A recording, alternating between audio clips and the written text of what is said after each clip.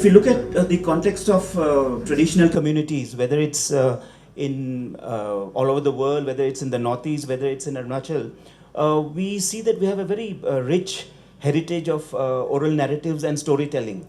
Whether it be the myths that we have, the stories of origin, folklore, folk songs, even lullabies. So we have a very rich tradition of either in most communities in the Northeast, orally, or in some communities, even textual storytelling has been something that has been around for centuries, like we love to say in Arunachal, since time immemorial. You know, that's a word we use all the time. But in the interim, a lot of things have happened. And if we look at especially the context of the Northeast, we have moved from oral storytelling to newer forms of storytelling. If you remember, if you can think of, say, folk songs, we have moved to poetry, we have moved to written poetry, we have moved to poetry being written in English and in Hindi, languages which are not traditionally to our area. If we look at songs, we have seen Arunachali, what we call Arunachali pop today, has moved from the folk songs, we have moved to popular songs, which on the template of the popular Hindi film songs or English songs. And that has been, and even now today we have Arunachal Cypher. I don't know if you all have listened to that, you must. You know, so we've moved on to rap and other art forms.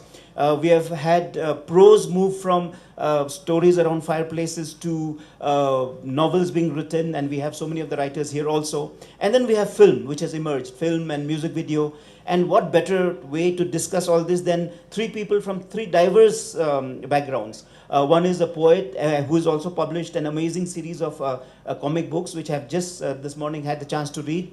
Tage Kanno has been working on this since, again, like we say, time immemorial. And I've had the opportunity and the privilege to work with him when there was a movement to get the World Heritage Site for the Apatani cultural landscape. Unfortunately, it didn't happen, but that was a very big learning experience. And we have Samudra, who's delving into different art forms. He writes, he delves into animation, he's making music videos. So what we'd like to do is I'll start by asking each one of them about their engagement into these art forms, and then go on to look at how things have changed, what are the challenges, and I hope to do that in the stipulated 1 hour exactly. So thank you so much for listening, and I think I'll start with Achi, you. In your work that you have done, you know, and we have seen this shift from the oral to the textual to the to visual art forms which are new. What has been your engagement in this?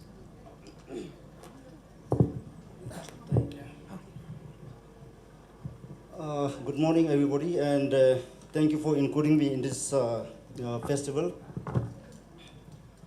Because I have been invited because of the anthology of Apatani folk tales that was published recently. I wrote in my introduction that the stories that I have included in that book had been told by my mother in the fireside. Because I'm not able to do that like my mother did to my children. I should have been doing the same thing to my children and my grandchildren, but the times have changed. So what my mother could not do, what she could not write down, I am able to do that. That's why I've written it. So this is a kind of transition that is happening. But as far as there is concerned, हमारा जो tribal society, we have lived from the ancient society to the modern society in a matter of 50 years. Like I was born in the 1960s, grew up in the 1970s. Even till that time, it was an ancient time. Abhi hum log we are in a modern time. To transition from the ancient time to the modern ones. So when we transition so fast, we come into contact with so many new things also. But at the same time, we are losing so many good things that we had in our society. So it is important that we document it. So what I have been doing is trying to document what was valuable things that we had in our society. For example, we have brought out a book called The Butterflies of Ziro, concerning the environmental conservation. And then it was followed by The Birds of Ziro. Then one of my friends brought out a book called Orchids of Ziro. And then I have an online audio dictionary. If you search this Apatani audio dictionary, there is also a kind of documentation. So the latest book that I have brought out is an addition to that list. So this is not much of an literary activity, but a documentation effort. So because all these things are valuable things we have to preserve for the posterity. With generations, change in generations, the form of narration, form of storytelling will change, and we have to follow that. The only thing is we have to maintain the spirit of the original spirit of the tales. Actually, you mentioned about documentation. What has been the whole idea of documenting something that is purely oral Yes. into creating an archive? So that is the act of documentation itself. But what is the purpose of that documentation? I mean, where does it go after that? Because पहले जो ये folk tales का जो होता था, that used to be a kind of a social event. एक आदमी वो नहीं कर सकता था. At least there used to be a group of people. One storyteller would be there would be a group of listeners. And there were occasions when storytellings were there.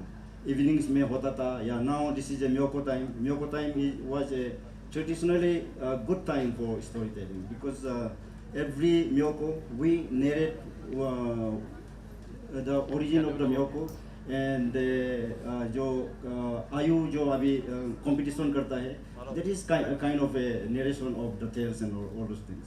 तो ये occasion अभी कम होते जा रहा है. So ये जब occasion कम हो जाता है तो इसका एक डर रहता है कि these tales may get lost. So it is important that we put them in writing or in audio form or in a visual form. So that is how we should preserve it. So that's the importance of it. Right. Moge, moving to your experience, you had sent me the lovely comic books that you wrote, and then you used the metaphor of the yapong, the spirit, you know. And what has been your personal, because you also come from equally oral community of which is Galo. How has been your personal growth in this?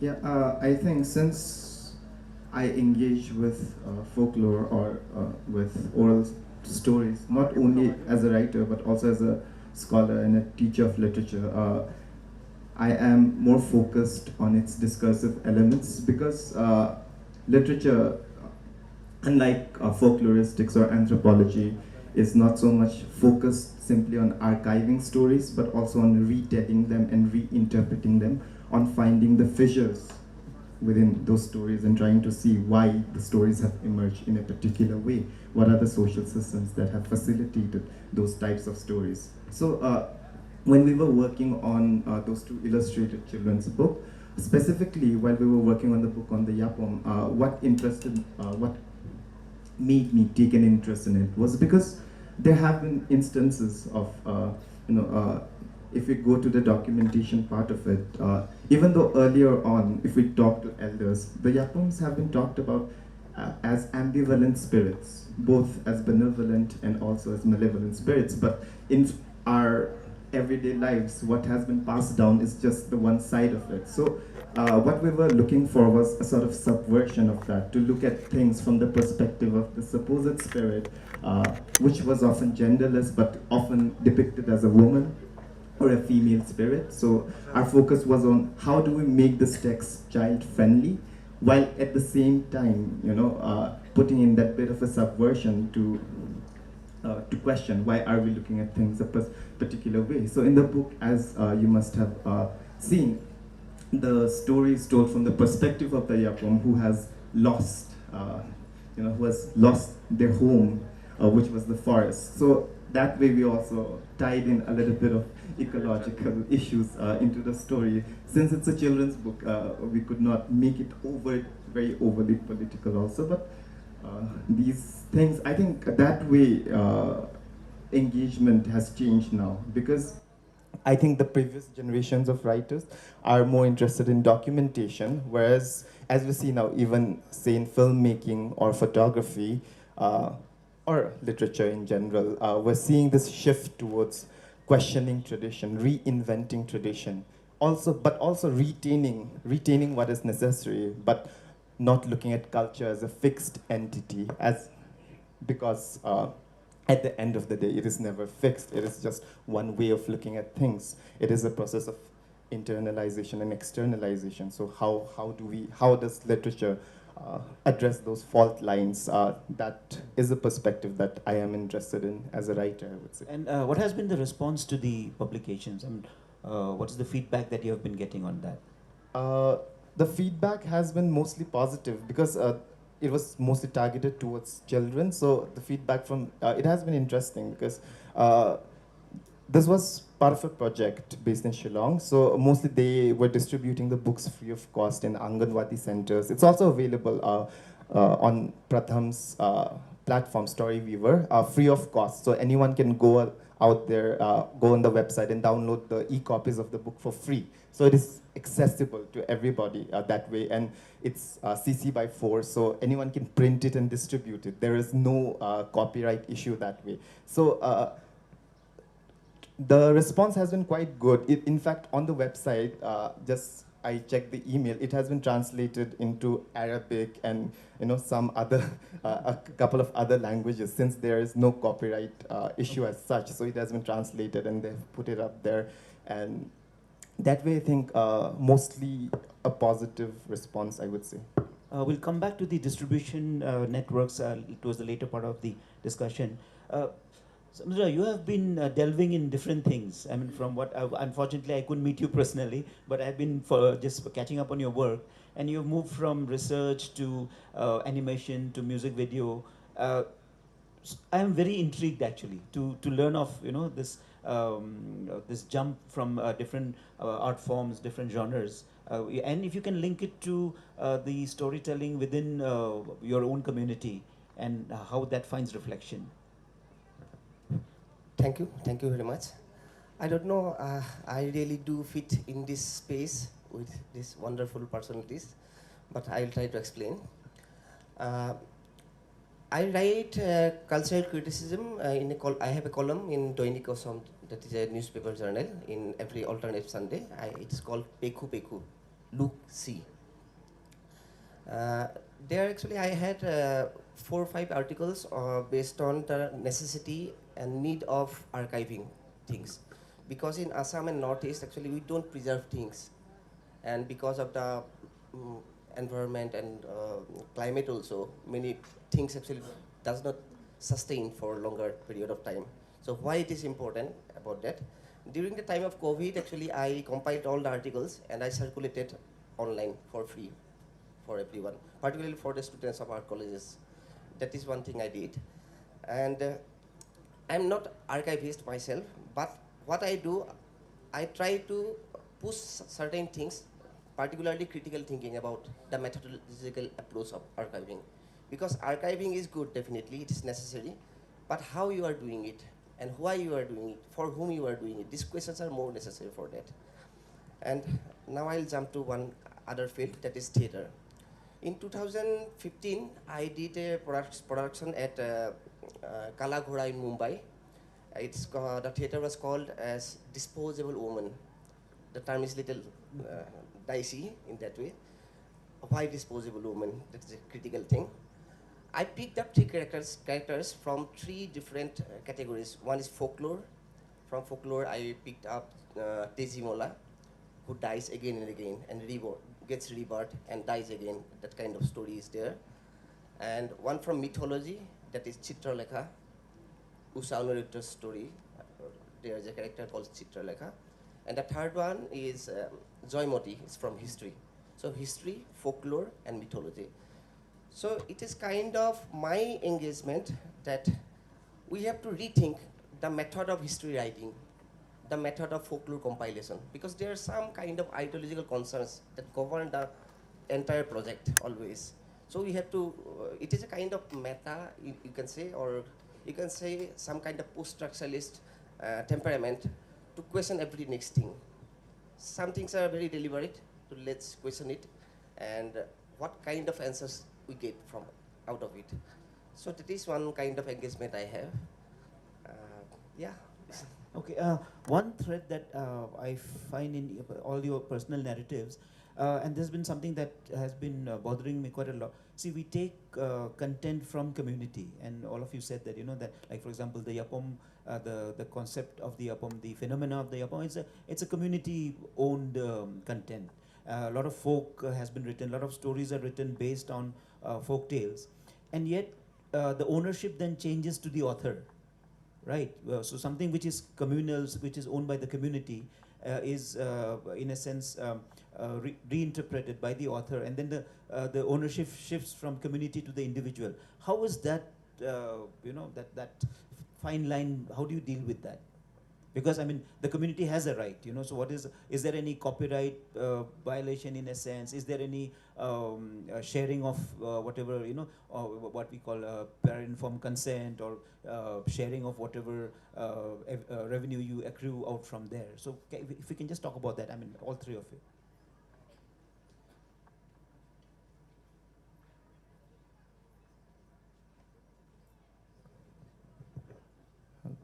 Hello. So I think with regards to that, I mean, it's unavoidable because after print capitalism comes into place, it is impossible for the author not to be there. I mean, Foucault writes about it. He calls the author an invention of the market, because prior to the author, I mean, it is a necessity. But nowadays, that's why you'll see the ones who sell most books are often the most marketable people. So with regards to that, certainly that ethical issue comes into play in research also. That's why informed consent and the fact that you're interviewing children, you need to take consent from the guardians, parents, all of that. But with regards to the story, I think this sense of ownership is certainly there with regards to folk tales, when you say in that oral traditions that are passed down. But when we're talking about literary retelling, then it becomes a difficult, I think, sort of a dicey terrain, because if one is not simply documenting them but retelling them, then the imaginative aspect comes into play. I mean, if we look at the traditions of writing all over the world, like in Latin America, the what we call the magical realism sort of thing that became very popular in the 1970s, 80s, 60s, prior to that, Marquez and people like that, or even Orhan Pamuk, for example, the Turkish writer, they're all using their own stories, but they're, it's very intertextual that way, because they're taking from tradition, they're taking from what has come before them, but they are adding so much of their own that it is no longer the same. The two are mixing, but the end is neither of the two. So something like that, I think. Of course, if someone is simply asking someone to narrate all the stories and they're transcribing it verbatim and claiming as their own, that is problematic, certainly. But if someone is just using the stories that are out there and reinventing them in their own way, then I think this issue of copyright or this issue of violation is not necessarily there, because in a way, no story is authentic, so to say. Everything has been told. We're just finding new ways of telling them again in our own way. So that way, I think, for me at least, I think if the author has done the work and if the author has done enough of the work, it is not an issue that way, I think. Okay, I just didn't mean it in terms of, Achi, I'll carry the conversation to you, not just about the copyright, but also in terms of resource sharing, like I remember this incident, all of us, we have heard of this Nimbura song from, what was that film? Anyone can help me with that song, Nimbura, which film was that? Aishwarya Rai. Hum Dil De Chuke Sanam. All of you remember that? Anyone? No? Yes. Yeah, okay. So that was one incidence where, the Nimbura song actually is the Manganiyar community's community ownership content, and yet they used it in a film and it made millions and millions of rupees, and then nothing accrued to the community at the end. So, I mean, is that something that we need to think about? And how do you deal with it? For example, when you write a book of folk tales and then it gets sold in the market, So this negotiation of the returns which come from community ownership, I just wanted to know how you deal with it yourself. Actually, when I submitted my folktale script manuscript to the publisher, she asked me, who has the copyright? Okay. So I said, because these folktales belong to the community, it belongs to the community, not to me. So I don't have the copyright over the story. But the way it is presented, the text that I have written, that is mine. That's what I said. Okay, fair enough. Yeah. But what about you, Samudra? Because you, in your example, you said you have taken, like Joymati is a, it's a historical figure. Then you have a folk figure there. Yes, yeah. And then how do you negotiate this tricky area? Yeah, actually, for the first time, the folklore compilation in Assam happened by Lakshminath Besburua. He's the key figure for compiling Burhiari Khadu, the grandmother's tale. But many people consider it as if his own book it is. It is actually compilation. So that kind of hijacking was happening in the modernist period initially. So now some consciousness is growing, gradually developing. So what I do, I prefer, is I make a kind of, I call it a performative gesture, that I have 3 poetry books, but in poetry books, you will find some footnotes. So लोग बोलते हैं कि समुद्र poetry में भी footnotes डालता है. It's like that. So it's a very deliberate attempt that if some sentence or some reference is coming from some other body, I am obliged to give the courtesy to that person or to that thing. In fact, I was having some workshop here for last 3 days. It is a graphic novel workshop. So instead of putting much attention in the drawing or anything, I was teaching them again and again how to make the art of bookmaking. So you have a cover page definitely, then there is a title page, then there is a back page for information, there will be a copyright. I put some copyrights, such as JLF 2026, whatever. So teach them that where you are doing, who is doing it, what is the process. You have to be very careful about that thing. It is not that you just put the thing. So that way, last time I did one story that is Binni Binni, that is a very local story. It is initiated by them. And this time what I did, I said a lullaby, what I know. Then I said, see, this is the premise. Now what happens next, that is up to you. Then they have developed it. So that kind of practice I'm doing here. In last, this is my 3rd time in Ziro, in that way. So this is how actually we have to, अपने जहन में ले लेना जिसको बोलते हैं ना, मतलब how to make a footnote, how to put courtesy, how to put acknowledgement. Yeah, we have to learn that, because I have seen many people who are academically doing PhD or MPhil or everything, but when they write something in newspaper or something, they don't put any kind of courtesy, or they take hijack the ownership. So it is a common practice in our habits. So we have to actually unlearn that practice. It is important. So what I can gather from all three of what you're saying is that the ethical responsibility rests entirely on the artist himself or herself. There's no mechanism as such. So it's ethically you have to just remember to give credit and also share resources. That's the common.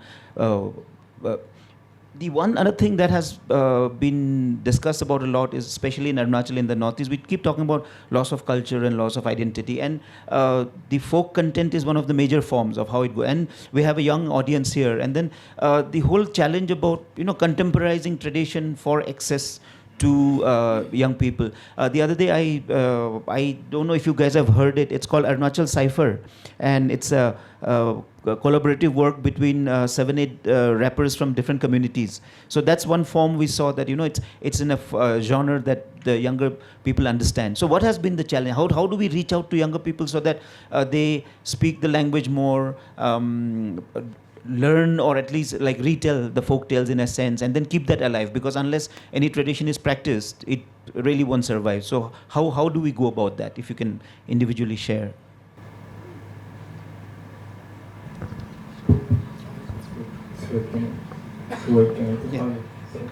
So I think one way of doing that is what has happened in music in Arunachal over the past decade or so. We've seen people like David Amo, for example, or the Moji, or Apatani, people who are actually taking these old folk songs and contemporizing them, as you're saying, making it for a contemporary audience, making a fusion out of it, changing the beats, introducing some rock beats or whatever. That way, I think certainly it makes it more appealing to the younger generation. But also, I think, on the other hand, the problem is that I think post-globalization, as we always say, the cultural influences are so diverse that they have so much from everywhere. You're always competing for the attention, the short attention span that people have. So that way it becomes very difficult. How do you negotiate that space? Because either one has to be very flashy, or one has to constantly market their work again and again and again, but then one has no time to create. So I think, like you said, it is a very difficult sort of situation. But what one can do is, I think, just, I mean, for me at least, because I don't think one can just focus on what one thinks is true to them, in how they want to present a particular work, in how they want to reach out to people, and eventually I think the audience eventually constructs itself. Okay. Because sometimes the audience is not there. The audience needs to be constructed over a period of time. The reader is also similarly. For certain books, the readers are constructed only after. Like that's why authors are often so famous after they die, because they're often writing a little ahead of time. So maybe that, I don't know. Okay. Achi, you were mentioning something about competitions during festivals. But in Miyoko, you said there used to be, and these days we see a lot of when we have our traditional festivals. There's this folk song competition, folk dance competition. How important are these competition forms in carrying forward the folklore that we have? These used to be the only form actually for carrying the tales were passed from generation to generations. What happened in the past was that before the Miyoko festival, when the March came in the beginning of the spring, young people used to gather in the houses of the elder people, the knowledgeable people, with bundles of firewood, and the elder people would narrate the stories of Miyoko and other cosmology to the young people in preparation for competition during the festival. So that practice is disappearing now. So that is a problem now. As I said before, as these folk tales and other things belongs to the community, it should be told and retold by, it can be told and retold by anybody. So the young people, the creative people should come out to tell them in different formats, so as to compete with these other forms of entertainment that is available these days. So that way we can preserve it. Otherwise, the traditional format of passing down from generation to generation, we are losing that day by day. Okay. Yeah. Samudra, I caught something caught my attention in your bio. You've worked with animation a lot, or is it the content is cultural content, or is it fresh or contemporary content that you're using? Yeah, I'm largely engaged with some contemporary content. Actually, I'm working some science fiction. It is very futuristic, and but still, but personally, I do in Assamese cultural sphere that is very local and very cultural. For example, you might heard about Joy Borua. He stays in Mumbai and works in Bollywood also sometimes. He did a song on Rabha, Vishnu Prasad Rabha. He's a legendary figure from Bodo community. So I had to work on one particular song. It was hugely popularized at that time. It's been 14 years or so. So that time I have to study their communitarian practices and costumes, textiles, and I had to make a personal archive for the video itself. So it is a kind of study project for me. It's not just a music video like that. Okay. So that kind of thing I do. Okay. Yeah. And Assam, I've seen, especially in the Bihu tradition, that has become very, very contemporary now. And is there any, just out of curiosity, is there any critique of them, any criticism when Bihu goes, funky? Yeah, very much. Very much. And how is it? How do you deal with that? See, actually, every approach has two sides, good and bad. Actually, I always see all the sides. That is the problem. It's a good thing, actually, looking at both sides. You might heard about Zubin Garg. He's a huge phenomena in Assam. Might is the wrong word. Yeah. All of us have heard it. Yeah, it's a huge phenomena. Recently he died, and it was a still now the Assamese cultural sphere is very gloomy. So that thing is, he's hugely popular, and whatever he sings, it gets popularity. And other than that, other than him, nobody gets any popularity of that kind. That is a good thing because he started singing Bihu. And he started singing Borgit, the devotional song. He started singing the folk songs, and he popularized everything. So, by his name, sang almost 40,000 songs. 40,000 is a huge thing. So, it can be an archive. Bihu sung by Jumin Garg. So, it is a good thing that he popularized everything. And there are some folk songs already lost, well, going to be lost, but he revived it. It's a very good thing. Okay. But the thing is, ultimately, it was sung by one modern singer. He's not a folk singer. You can sing a folk song, but you are not a folk singer. That is a very big question. So I can do some Madhubani painting, but I am not a Madhubani painter. I can do some Gonde painting or anything. I don't belong to that community. That is not my art. I am representing for some purpose. Maybe it's commercial purpose. नहीं तो मैं अपने शौक के लिए भी कर सकता हूँ. That is fine. But I don't belong there. That question of belonging comes here, actually. So making something popular is definitely necessary. It's important for younger generations to introduce the things, but make them realize the essential parts. That is also necessary. Okay. Otherwise, Bihu was very kind of focus, means it was meant for the open fields. You have to shout and sing in that way. Right. But everybody now sings in the studio. You cannot shout there. Right. So the entire temperament of Bihu is completely changed. So definitely we have to look at critically. Okay. Before closing, I have one another concern. As we move from a very kind of a oral-based or a text-based consumer profile to a very digital consumer profile, visual consumer profile. You know, these days, even now, most of them are looking at their phones and posting Insta stories. So everything's become very visual now, and there's not much room for the lovely books that are written. They have not died out, but they're not read as much, or even the poems and even the folk forms, especially the folk forms, are not as viewed or as consumed as digital content, visual content. So in that context, what do you see is the future of, and I think we'll close with that, I'll go one by one. What do you see the future of storytelling, particularly the traditional storytelling forms? Will they survive? Will they not survive? And if they have to survive, what else can we do?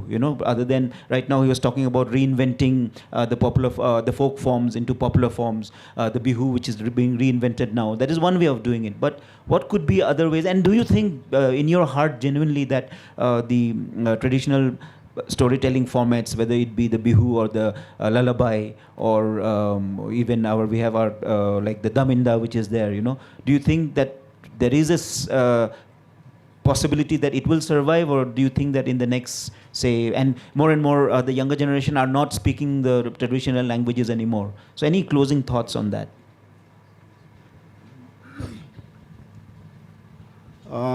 Because the folk tales have survived for so many years now, that itself means that it will survive in the future also. The only thing is whoever makes the narration in the form of text or visual form or audio form, they have to take the responsibility that the essence of the tales are maintained. So I think these are the future, actually. The audio-visual forms are the future for taking forward these tales. So there is a future, I think. So if I can understand you correctly, you're saying that we need not necessarily stick to the traditional performance form, but we can shift to animation or street theater, or is that what you're, can I get from? Yes, because the ways of narration change with with time. Okay. So it should change. Okay. So there is a flexibility of that makes it sustainable. Okay. Right. That's what it is. As mostly someone who's into text, you're that must be one of your bigger challenges. So I would love to hear from you on that. So certainly that challenge is there, but I think eventually the medium, even though it changes, it keeps. I think it's a cycle where it goes and like poetry started it was oral poetry, then it became text-based, and now it's becoming again spoken word poetry. It's becoming more, it's more prevalent now than poetry books. So I think I would like to look at it more of as a cycle that even if it feels like it's dying out, perhaps there will be a revival soon, more or less, because when there's a new form like audiovisual or mixed media, this and that, people are excited because not only because of what is there, but also because of the novelty of the medium. So once that novelty factor dies in, eventually people start looking for ways to go back to things because they're always looking to be unique, or maybe they're looking for the novelty again. So maybe I'm just being hopeful, but I think perhaps they will endure in spite of all that. Okay. Samudra, if you can. Actually, we already entered into the age of realification. Every next thing is realified, reels. So short span visuals and everything. But whatever I will vote for, I will suggest or I will talk on coexistence of everything. It is a kind of ecosystem. This does not mean that everything should go for short span things and book will die. It is not like that actually. It's saying that when camera was invented, that time the painters were asking that painting will be died. Is it the death of painting? But it is not. Actually, painting got a new value after that, because taking a picture is no more a big deal now. Now we see the painting as painting. So it is kind of taking a revert. So that's how Impressionism, Post-Impressionism, Expressionism started. So that is a very interesting point. And when videography came, then also this kind of question came that will cinema die? No. Now we are looking cinema, as the art of cinema. We'll see it in the big screen and with the full aesthetic concerns. Then for just entertainment, we'll see the videos. So that means nothing actually dies in that way for a new media or something. So I will talk about this kind of coexistence, that books will be there, films will be there, music videos will be there. And we definitely agree on the thing that evolution happens. And we have to be a little flexible about everything. But yeah, definitely we should support the coexistence of everything. Okay, I think that's a very hopeful note to end on, that the folk forms, like Achi is saying, they will survive. They're kind of strong, inherently strong enough to survive this onslaught. And it's also interesting that even like those, the song I was referring to, Arunachal Cipher, it's rap in different languages of Arunachal, and and talking about change and how youth should. So I think I liked one thing which Moge said, that the audience constructs itself. We never knew a song like Kolavaradi would be successful, and it suddenly dropped, and then like we have been singing about it all the time. Or Cycle Solai Solai, there is that, So I think the audience finds its own content, and I think that's how folk forms will also hopefully, with this air of the positivity. Of course, there will be flexibility, there will be change in the form itself, perhaps in the content itself, because as times change, the stories also will change. The stories of hunting perhaps are not what are being told today, but the stories will also change. But I think at the end of the day, the folk forms will happen, will survive, and I think that's a lovely way to end. Thank you so very much, and thank you, my lovely audience, for just sitting quietly and listening to all of us. And BTS dropped their new album today, so you can start downloading. Thank you so much.